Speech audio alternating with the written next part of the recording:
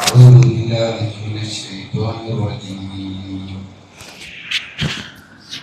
يا أيها الذين آمنوا اتقوا الله حق تقاته ولا تموتن إلا وأنتم مسلمون. يا أيها الذين آمنوا اتقوا الله وقولوا قولا سديدا يصلح لكم أعمالكم ويغفر لكم ذنوبكم ومن يطع الله ورسوله فقد فاز فوزا عظيما. ليس البر أن تولوا وجوهكم قبل المشرق والمغرب ولكن البر من آمن بالله واليوم الآخر والملائكة والكتاب والنبيين وآتى المال على حبه ذوي القربى واليتامى والمساكين وابن السبيل والسائلين وفي الرقاب وأقام الصلاة وآتى الزكاة والموفون بعهدهم إذا عاهدوا والصابرين في البأساء والضراء وحين البأس أولئك الذين صدقوا وأولئك هم المتقون.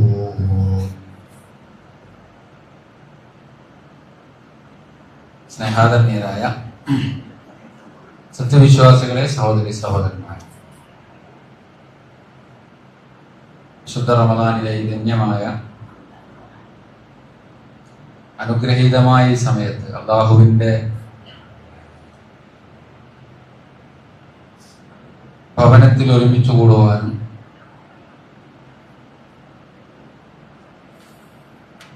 പടച്ചറപ്പിന്റെ ദീനുമായി ബന്ധപ്പെട്ട ചില കാര്യങ്ങൾ ഓർക്കാനും പഠിക്കാനും അതിനുവേണ്ടി ഇരിക്കാനും അള്ളാഹു അനുഗ്രഹിച്ച ആളുകളാണ് നമ്മൾ. പടച്ചറപ്പ് നമ്മിൽ നിന്ന് സ്വീകരിക്കുമാറാകട്ടെ.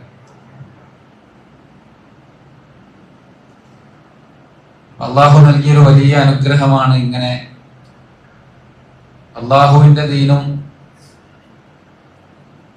ദീനിന്റെ കാര്യങ്ങളും ഒക്കെ അറിയാനും പഠിക്കാനും ഒക്കെ സന്ദർഭമുണ്ടാകുമ്പോൾ വരാൻ കഴിയുക എന്നുള്ളത് പടച്ചറപ്പിന്റെ വലിയൊരു അനുഗ്രഹമാണ്. അള്ളാഹു ഹിദായത്ത് തന്നതിന്റെ അടയാളം പറഞ്ഞ കൂട്ടത്തിൽ ഖുർആൻ പറയുന്നുണ്ട്, ഫമൻ യുരിദില്ലാഹു അൻ യഹ്ദിയഹു. അള്ളാഹു തന്റെ ഒരു അടിമയെ ഹിദായത്തിലാക്കുവാൻ ഉദ്ദേശിച്ചാൽ യശ്റഹ് സദ്റഹു ലിൽ ഇസ്ലാം, അവന്റെ ഹൃദയത്തെ അള്ളാഹു വിശാലമാക്കി കൊടുക്കും, തുറന്നു കൊടുക്കും ഇസ്ലാമിലേക്ക്, ദീനിന്റെ കാര്യങ്ങളിൽ. നമ്മളെക്കാൾ സൗകര്യങ്ങളും കഴിവുകളും ഒക്കെ ഉള്ള ആളുകൾ ചിലപ്പോൾ ഉണ്ടാകും. ഇങ്ങനെ അള്ളാഹുവിന്റെ ഭവനത്തിൽ വന്ന് കുറച്ചു നേരം ഇരിക്കാനും വിശുദ്ധ ഖുർആൻ പഠിക്കാനും ഒക്കെ വിളിച്ചാൽ ചിലപ്പോൾ മനസ്സ് തുറക്കാത്ത ആളുകൾ.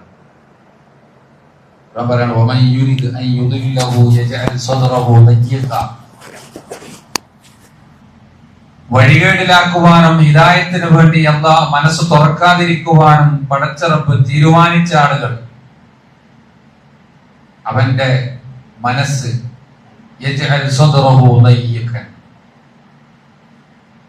ഇത്തരം ദീനിന്റെ കാര്യങ്ങളുടെ വിഷയത്തിൽ അവരുടെ മനസ്സ് കുടുസാവും. വരാൻ തോന്നൂല, അവർക്ക് പങ്കെടുക്കാൻ തോന്നൂല. എന്നാൽ അല്ലാഹു ഹിദായത്ത് നൽകുന്ന ആളുകൾക്കോ അവർക്കാണ് ഇത് തോന്നുക. പടച്ചറപ്പ് നമുക്ക് ആരോഗ്യവും സൗകര്യവും നൽകിയിട്ടുണ്ടെങ്കിൽ, നമുക്ക് സാധിക്കുന്ന സന്ദർഭങ്ങളിലാണെങ്കിൽ ഇത്തരം ദീനുമായി ബന്ധപ്പെട്ട കാര്യങ്ങൾക്ക് നമ്മൾ എന്തിനു പങ്കെടുക്കണം? അതിന്റെ ഉത്തരം അല്ലാഹു നമുക്ക് നൽകണം. ഹിദായത്തിന്റെ വഴിയിലൂടെ സഞ്ചരിക്കാനും ആ ഹിദായത്തിൽ ഉറച്ചു നിൽക്കാനും അല്ലാഹു അനുഗ്രഹിച്ചവരിൽ നമ്മെ എല്ലാവരെയും അല്ലാഹു ഉൾപ്പെടുത്തി അനുഗ്രഹിക്കുമാറാകട്ടെ.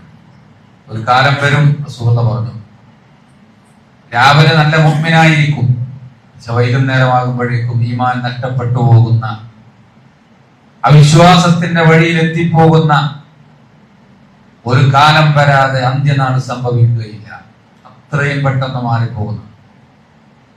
വൈകുന്നേരം നല്ല ഈമാനോടുകൂടി കണ്ട മനുഷ്യൻ രാവിലെ അതെല്ലാം നഷ്ടപ്പെട്ട് കുഫറിന്റെ വഴിയിൽ എത്തുന്ന കാഴ്ചകൾ കാണുന്നതുവരെ ലാ തഖൂമു സ്സാഅ എന്ന് പറഞ്ഞ കൂട്ടത്തിൽ റസൂലുള്ളാഹി സ്വല്ലല്ലാഹു അലൈഹി വസല്ലം കാര്യമാണ്. അപ്പൊ നമുക്കിങ്ങനെ അള്ളാഹുവിന്റെ ഭവനത്തിൽ കുറച്ചു നേരം ഇരിക്കാൻ കഴിഞ്ഞു എന്നുള്ളതിന്റെ ആ അനുഗ്രഹം ഇങ്ങനെ മനസ്സിലോർത്ത് നമ്മൾ സാധാരണ ഖുർആൻ ക്ലാസ് കേൾക്കുന്ന ഒരു ഹദീസില്ലേ, ഏതാണ്? മജ്തമഅ ഖൗമുൻ ഫീ ബൈത്തിൻ മിൻ ബുയൂത്തില്ലാഹ്. ഒരു കൂട്ടർ, ഒരു സമൂഹം അള്ളാഹുവിന്റെ ഭവനത്തിൽ ഒരുമിച്ച് കൂടിയാൽ, എന്തിനൊരുമിച്ച് കൂടി? യതദാറസൂനൽ ഖുർആൻ, അള്ളാഹുവിന്റെ വിശുദ്ധ ഖുർആനിനെ ദർസ് നടത്താൻ. പഠിക്കുക, പരസ്പരം പഠിക്കുന്നതിന് വേണ്ടി ഒരുമിച്ച് കൂടിയാൽ 4 കാര്യം അവർക്കുണ്ടാകുന്നതാണ്. 4 കാര്യം. അപ്പൊ നമ്മൾ ഇങ്ങനെ ഇവിടെ ഇരിക്കുമ്പോ ആ 4ഉം കിട്ടണേ എന്നുള്ളൊരു തേട്ടവും ആഗ്രഹവുമാണ് നമ്മുടെ മനസ്സിലുണ്ടാക്കേണ്ടത്. എന്തൊക്കെയാണ് റസൂലുള്ളാഹി സ്വല്ലല്ലാഹു അലൈഹി വസല്ലം പറഞ്ഞത്? 1, ഹഫ്ഫത്തുഹുമുൽ മലായിക. ഇന്നാള് വിളിച്ചിട്ടാണ് ഞാൻ ഇങ്ങോട്ട് വന്നത്, പള്ളിയിലേക്കാണ്. എന്തിനാ വിളിച്ചത്? അവിടെ ഒരു ഖുർആൻ ക്ലാസ് ഉണ്ട്. ആ സമയത്ത് നമുക്ക് വരാൻ കഴിഞ്ഞാൽ, പലതും മാറ്റിവെച്ച് വരാൻ കഴിഞ്ഞാൽ എന്ത് കിട്ടും? റസൂലുള്ളാഹി നമുക്ക് പറഞ്ഞു തരണം സല്ലല്ലാഹു അലൈഹി വസല്ലം, ഹഫ്ഫത്തുഹുമുൽ മലായിക. അല്ലാഹുവിന്റെ അനുഗ്രഹത്തിന്റെ മലക്കുകൾ അവരെന്ത് ചെയ്യും? അവരെങ്ങനെ അനുഗ്രഹവുമായി വരെയും ചെയ്യും. വഗശിയത്തുഹുമുർ റഹ്മ. അല്ലാഹുവിന്റെ റഹ്മത്ത് കൊണ്ട് അവരെ പൊതിയും. വനസലത അലൈഹിമുസ് സകീന.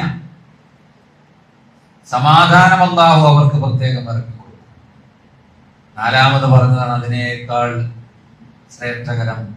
വദകറഹുമുല്ലാഹു ഫീമൻ ഇൻദഹു. 7ആകാശത്ത് അപ്പുറത്തുള്ള അല്ലാഹുവിന്റെ അർശിൽ, ആ അർശിന്റെ പരിസരങ്ങളിൽ നടക്കുന്ന ഒരു സംസാരത്തെ കുറിച്ചാണ് 4ാമത് പ്രവാചകൻ പറഞ്ഞത്. അല്ലാഹു അവരെ കുറിച്ച് പറയും. ആരോട് പറയും? ഫീമൻ ഇൻദഹു. ആ അർശിന്റെ അടുക്കൽ കുർബത്ത് കിട്ടിയ മുഖർറബകളായ മലക്കുകളോടൊന്ന് പറയുന്ന, അന്ന സ്ഥലത്ത് എന്റെ ഇന്ന അടിമകൾ ഇന്ന ഭവനത്തിൽ ഒരുമിച്ച് കൂടിയിട്ടുണ്ട് എന്ന് പേരെടുത്ത് പറയുമെന്ന് റസൂലുള്ളാഹി സ്വല്ലല്ലാഹു അലൈഹി വസല്ലം. ചില്ലറ കാര്യമല്ല, ചെറിയ കാര്യമല്ല, ഒരു ഗൗരവമുള്ള വിഷയമാണ്. ദീനിന്റെ മജ്ലിസുകളും ഖുർആനിന്റെ പഠനവും വിശുദ്ധ ഇസ്ലാമിന്റെ പഠനവും അതിന് പള്ളിയിലേക്ക് വരിക എന്നുള്ളതും അള്ളാഹു ഏറെ വിലമതിക്കുന്ന ഒരുപാട്.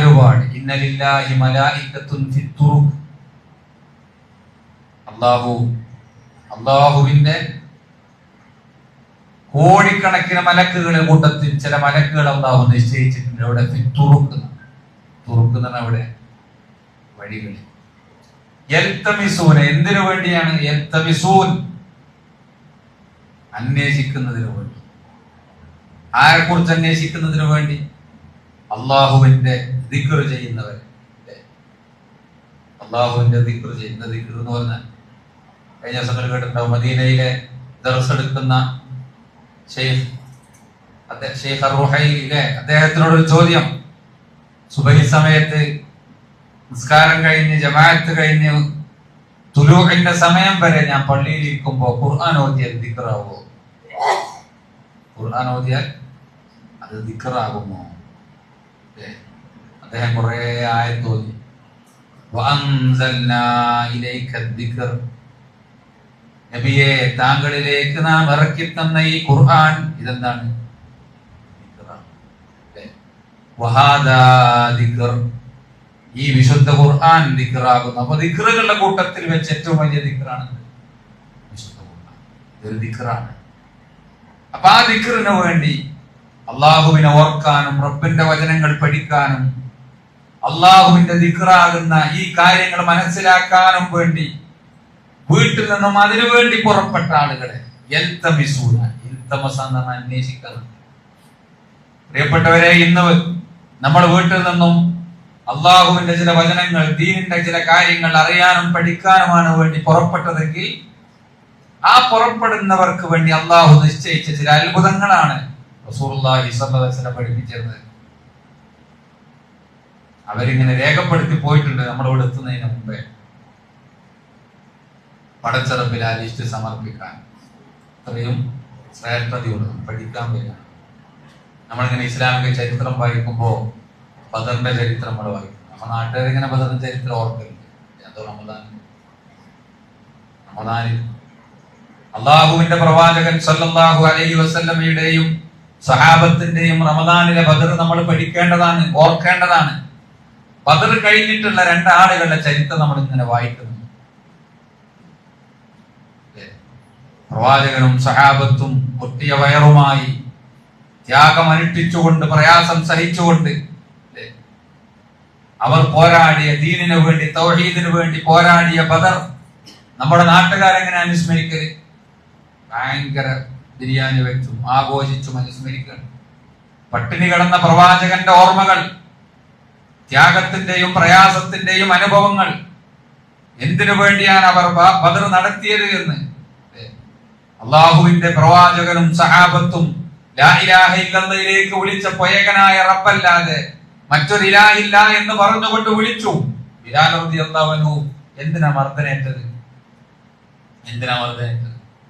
നമ്മൾ ചരിത്രത്തിൽ ഇങ്ങനെ വായിക്കാണ്. അദ്ദേഹത്തിന്റെ കഴുത്തിൽ കയറിട്ട് കുടുക്കി ആ ചുട്ടുകൊള്ളുന്ന മണലാരണ്യത്തിലൂടെ വലിച്ചിഴച്ച് അങ്ങാടി പിള്ളേർ ഇങ്ങനെ വലിച്ചിഴക്കുമ്പോ അവരൊരു കാര്യം പറഞ്ഞു. എന്താ പറഞ്ഞത്? രക്ഷപ്പെടണോ, നീ ലാത്തയെയും ഉസ്സയെയും വിളിച്ചോ. ആരാ ലാത്തയും ഉസ്സയും? ഓർക്കേണ്ടതല്ലേ. ലാത്ത ഉസ്സ ആരാ? മോശം ആൾക്കാരൊന്നല്ല. മോശം ആൾക്കാരാ അല്ല. അന്ന് ഹജ്ജിന് വരുന്ന ഹാജിമാർക്ക് അക്കാലഘട്ടത്തിൽ വെള്ളം കിട്ടാത്ത സമയത്ത്, ഭക്ഷണം സുലഭമല്ലാത്ത സമയത്ത് അവരെന്ത് ചെയ്താണ്? അവർക്ക് വേണ്ടി ഭക്ഷണവും വെള്ളവും എത്തിച്ചു കൊടുത്ത നല്ല ആൾക്കാരാണ്, നല്ല സേവനം ചെയ്തവരാണ്. അവര് മരിച്ചപ്പോ, അവരുടെ മരണസമയത്ത് മരിച്ചു കഴിഞ്ഞപ്പോൾ ആൾക്കാരിങ്ങനെ ഓർക്കുക, എന്ത് ഇത്ര നല്ല മനുഷ്യന്മാരായിരുന്നു. അപ്പൊ അവര് സാധാരണ വന്നിരുന്ന സ്ഥലത്തും ഇടങ്ങളിലും ഇവരും വന്ന് അവരെ കുറിച്ചുള്ള ഓർമ്മകൾ നിലനിൽക്കുന്നതിന് വേണ്ടി, ആ നല്ല മനുഷ്യന്മാരെ സ്മരിക്കുന്നതിന് വേണ്ടി അവരിരുന്ന സ്ഥലത്ത് വന്ന് ഇങ്ങനെ ഇരിക്കും. ഹദീസിൽ നമ്മൾ വായിക്കാണ്, കാലം കുറെ കഴിഞ്ഞപ്പോ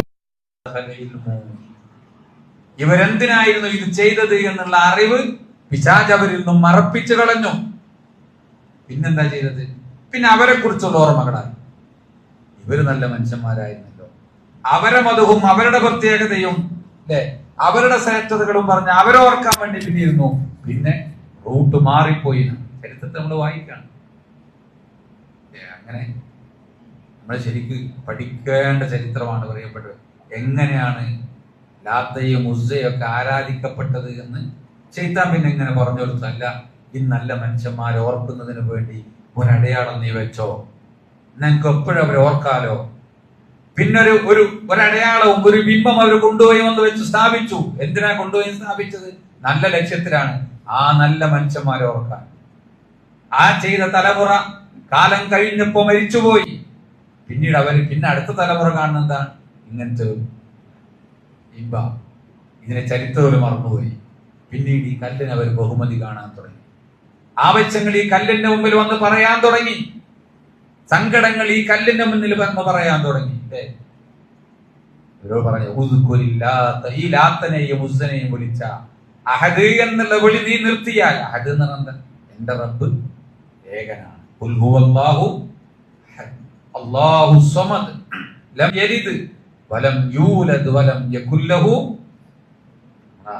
റസൂലുള്ളാഹി ഒരു പ്രാർത്ഥന പറഞ്ഞിട്ടുണ്ട്, ഒരു സഹാബിന്റെ പ്രാർത്ഥന. ആ പ്രാർത്ഥനയിൽ എന്താണെന്ന് അറിയോ? അള്ളാഹനെ വിളിക്കണം. എങ്ങനെ വിളിക്കുന്നത്? സൂറത്തുൽ ഇഖ്ലാസിലെ ഈ സൂറത്തുകൾ വെച്ചാണ്. യാ അല്ലാഹ് എന്ന് പറഞ്ഞ് വിളിക്കാണ്. ആ അല്ലാഹു ആരാണ്? അൽ അഹദുൽ ലദീ ലം യലിദ് വലം യൂലദ് വലം അല്ലാഹു സമദുല്ലദീ ലം യലിദ് വലം യൂലദ് വലം യകുൽ ലഹു, അങ്ങനെ ദുആ ചെയ്താൽ ഉത്തരം കിട്ടാതിരിക്കുകയില്ല. ആ അഹദ് എന്നുള്ള വിളി, ആ അഹദിനെ ഒഴിവാക്കാനും ലാത്തിനെയും ഹുസനെയും വിളിക്കാനും പറയാം. എന്നാൽ വെറുതെ വിടാൻ അദ്ദേഹത്തിന്റെ വിളി എന്തായിരുന്നു? ഒരു നിമിഷം പോലും ആ വേദന സഹിച്ചുകൊണ്ടും അല്ലാ എന്ന് വിളിക്കാൻ, അഹദ് എന്ന് പറയാൻ മനസ്സ് കാണിച്ച ബിലാൽ റളിയല്ലാഹു അൻഹുവിന്റെ ത്യാഗത്തിന്റെ കഥകളും എന്തിനു വേണ്ടി അദ്ദേഹം സഹിച്ചു എന്നുള്ളതും മറന്നു പോവുകയാണ്. ഞാൻ പറഞ്ഞത് ബദറിന് ശേഷമുണ്ടായ രണ്ടാളുകളുടെ ചരിത്രം പറയാനാണ്. ആ രണ്ടാളുകൾ, ഒന്ന് ഉമൈറാണ്, രണ്ടാമത്തത് സഫ്വാൻ ഇബ്നു ഉമയ്യ. ഉമൈർ ഇബ്നു വഹബും, ഉമൈർ ഇബ്നു വഹബിനെ മക്കയിൽ അറിയപ്പെട്ടത് അങ്ങനെ അറിയോ? ഖുറൈശികളുടെ ശൈത്താൻ, പിശാച്. അത്രയും കടുത്ത മനസ്സിന്റെ ഉടമയായിരുന്നു. പ്രവാചകൻ മുഹമ്മദ് നബി സല്ലല്ലാഹു അലൈഹി വസല്ലമ എന്ന് കേട്ടാൽ രക്തം തിളക്കുന്ന, ഖുർആൻ എന്ന് കേട്ടാൽ, ലാ ഇലാഹ ഇല്ലല്ലാഹ് എന്ന് കേട്ടാൽ അതിശക്തമായി പ്രതികരിക്കുകയും വിശ്വാസികളെ മർദ്ദിക്കുന്നതിൽ മുൻപന്തിയിൽ നിൽക്കുകയും ചെയ്ത ആളാണ് ഉമൈർ. ബദർ വല്ലാത്ത പരാജയമുണ്ടായി. ആ 313 പ്രവാചകനും സഹാബത്തും വിജയിച്ചു. കയ്യിൽ ആയൊന്നും ഉണ്ടായിട്ടല്ല, ലാ ഇലാഹ ഇല്ലല്ലാഹയുടെ പവറായിരുന്നു. അവരുടെ തലതൊട്ടപ്പന്മാർ പലരും ഖലീബിന്റെ കിണറിൽ അവരിങ്ങനെ കുഴിച്ചു മൂടപ്പെട്ടു. അതോർക്കുമ്പോഴേക്കും അവർക്കിങ്ങനെ വല്ലാത്ത അസ്വസ്ഥത. കഅബയുടെ ആ ഹിജ്ർ ഇസ്മായിലിന്റെ അടുത്തിരുന്ന് ഇവർ രണ്ടുപേരും ഇങ്ങനെ ചർച്ച ചെയ്യാ, രണ്ടുപേരും ഇങ്ങനെ പറയാ, ഖലീബിന്റെ സംഭവത്തിന് ശേഷം നമുക്കെന്ത് ഹൈറുള്ളത്? നമ്മുടെ എല്ലാം പോയില്ലേ, നമ്മുടെ എല്ലാം തീർന്നില്ലേ, നമുക്കിനി എന്തുണ്ടായിട്ടെന്ത് കാര്യം? ഈ രണ്ട് ചെറുപ്പക്കാരിങ്ങനെ അവരുടെ അമർഷം, അവരുടെ ദീൻ വിജയിച്ചതിലുമുള്ള അവരുടെ ദേഷ്യം ഇങ്ങനെ പരസ്പരം പറയും. എന്നിട്ട് വഹബ് പറഞ്ഞു, ലൗലാ അലയ്യ, കുടുംബക്കാരുണ്ട്, എനിക്ക് ബന്ധുക്കളുണ്ട്, മക്കളുണ്ട്, എനിക്കാണെങ്കിൽ അവരെ ഏറ്റെടുക്കാൻ ആരുമില്ല. അത് രണ്ടും എനിക്കില്ലായിരുന്നെങ്കിൽ മുഹമ്മദിന്റെ കഥ ഞാൻ കഴിക്കുമായിരുന്നു. രണ്ടാളിങ്ങനെ ചർച്ച ചെയ്യാം. രണ്ടാള് ഉമയ്യദ് കേട്ട പറഞ്ഞേ, വഹബേ, നീ നിന്റെ തീരുമാനത്തിൽ പിന്തിരിയാൻ പാടില്ല. നീ പിന്തിരിയും, നിന്റെ കട ഞാൻ ചെയ്തോളാം, ഏറ്റെടുത്തോളാം. നീ മരിച്ചാൽ നിന്റെ കുടുംബത്തെ നീ നോക്കിയതിനേക്കാൾ നല്ല പോലെ ഞാൻ ചെയ്തോളാം. എന്ത് ചെയ്യണം? പോകണം മദീനത്തേക്ക്. കടന്ന് ചർച്ച ചെയ്യാം. വഹബിന് ആവേശം കൂടി. കട ഏറ്റെടുക്കാന്ന് പറഞ്ഞപ്പോ, ഞാൻ മരണപ്പെട്ടാൽ മക്കളെയും കുടുംബത്തെയും നോക്കാനുള്ള ഓഫർ കിട്ടിയപ്പോ ലാ ഇലാഹ ഇല്ലല്ലാഹയോടുള്ള അരിശം തീർക്കാൻ ഖുർആൻ ഇങ്ങനെ പറയുന്നുണ്ട്. സൂറത്ത് സുമർ ഇങ്ങനെ വായിക്കുമ്പോൾ നമുക്ക് കാണാൻ കഴിയും. എന്താണ് അവരുടെ അവസ്ഥ എന്നറിയുമോ? അള്ളാഹുവിനെ കുറിച്ച് മാത്രം പരാമർശിക്കപ്പെട്ടാൽ വഇദാ ദുകിറല്ലാഹു വഹ്ദഹു ഇശ്മഅസ്സത് ഖുലൂബുൽ ലദീന, അവരുടെ മനസ്സിൽ ഭയങ്കര ദേഷ്യമായിരിക്കും. മാത്രം മതി, അല്ലാഹ് മാത്രം മതി എന്ന് പറഞ്ഞു. വഇദാ ദുകിറൽ ലദീന മിൻ ദൂനിഹി, പടച്ച റബ്ബിന് പുറമെ മറ്റു പലരെയും കൂടി ചേർത്തി പറഞ്ഞാലോ ഇദാഹും യസ്തബ്ശിറൂൻ, അത് ഭയങ്കര സന്തോഷമായിരിക്കും. ശുദ്ധ ഖുർആൻ അവരുടെ മനസ്സിൽ പലപ്പോഴും നമ്മുടെ നാട്ടിലുള്ള പലരും അറിയാതെ ഇങ്ങനെയാണ്. അള്ളാഹുവിന് തുല്യനായി ആരുമില്ല എന്ന് അറിയാമെങ്കിലും ചില ആളുകളൊക്കെ പടച്ചോന്റെ പേരിൽ ഇങ്ങനെ ചേർത്തി പറയുമ്പോ അവരെടുത്തു പോയാൽ ചില പവർ കൂടും. സൂറത്തു സുമറിലെ 3-ാമത്തെ ആയത്ത് പ്രിയപ്പെട്ടവരെ നമ്മൾ വായിക്കേണ്ടതാണ്. സൂറത്തു സുമർ 3-ാമത്തെ വചനം, അലാ ലില്ലാഹി ദീനുൽ ഖാലിസ് വല്ലദീന തദഊന മിൻ ദൂനിഹി, അല്ലാഹുവിന് പുറമെ ദുആ ചെയ്യുന്ന ആളുകൾ, ആ ആളുകൾ പറയുന്നത് എന്താണെന്നറിയുമോ? മാ നഅബുദുഹും ഇല്ലാ ലിയുഖർരിബൂനാ ഇലല്ലാഹി സുൽഫാ. എന്തിനാ അപ്പൊ നോമ്പിന് ചർച്ച ചെയ്യുന്നത്? നോമ്പിന് ബന്ധന ഖുർആൻ പറഞ്ഞ ആർക്കാ നോമ്പ് നൽകിയോ? യാ അയ്യുഹല്ലദീന ആമനു, ഈമാനുള്ളവരെ, കുതിബ അലൈക്കുമുസ് സിയാം, നിങ്ങൾക്കാണ് അല്ലാഹു നോമ്പ് നിർബന്ധമാക്കിയത്. അപ്പൊ ഈമാൻ കറക്റ്റ് ആവാതെ, തൗഹീദും ലാ ഇലാഹ ഇല്ലല്ലയും പൂർണ്ണമാകാതെ, അത് അതിന്റെ ശരിക്കും വഴിയിലേക്ക് കടക്കാതെ ഈമാൻ ഒരു ആരാധന ചെയ്തിട്ട് കാര്യമല്ല. അതുകൊണ്ട് നമ്മുടെ നന്മകൾക്കും ആരാധനകൾക്കും ഇബാദത്തുകൾക്കും പുണ്യം പൂർണ്ണമാകണമെങ്കിൽ, ആ പ്രതിഫലം കിട്ടണമെങ്കിൽ ഈമാൻ കറക്റ്റ് ആവണം. അതുകൊണ്ട് ഖുർആൻ നമുക്ക് പറഞ്ഞുതരാണ് ഈമാനിൽ പുഴുക്കുത്തു വീണ ചില ആളുകളുടെ കഥ. അവർ അല്ലാഹു അല്ലാത്ത ചില ആളുകളോട് ദുആ ചെയ്യുന്നു, തങ്ങളുടെ സങ്കടങ്ങൾ പറയുന്നു, വേദനകൾ പറയുന്നു. വിശുദ്ധ ഖുർആനിൽ ഞാനിതാ ഈ വിശുദ്ധ റമദാനിന്റെ പ്രത്യേകത, ഖുർആൻ ഇറങ്ങിയ മാസമാണ്. അതിലെ സൂറത്തു സുമറിലെ 3-ാമത്തെ ആയത്ത് പ്രിയപ്പെട്ടവരെ നമ്മളൊന്ന് സ്വന്തം വായിച്ചു നോക്കണം. അള്ളാഹു നമുക്ക് പറഞ്ഞിട്ടുണ്ട്, നമ്മുടെ മുമ്പിൽ ഖുർആൻ എടുത്ത് നമ്മളൊന്ന് വായിച്ചു നോക്കണം. പറയാണ് കുറവുകൾ വന്നവരും വീഴ്ചകൾ വന്നവരുമാണ്. ഞങ്ങൾക്ക് ഞങ്ങളുടെ റബ്ബിലേക്ക് അടുക്കാൻ വേണ്ടിയാണ് ഞങ്ങൾ ഇവരൊക്കെ സ്വീകരിച്ചിട്ടുള്ളത്. അവരൊക്കെ മഹാന്മാർ, അള്ളാഹുവിലേക്ക് അടുപ്പം കിട്ടിയവർ, അവരിലൂടെ ഞങ്ങളിലേക്ക് അടുക്കാൻ വേണ്ടി. ഖുർആൻ പറയും നോക്കൂ, അവരും പറഞ്ഞത് അങ്ങനെ.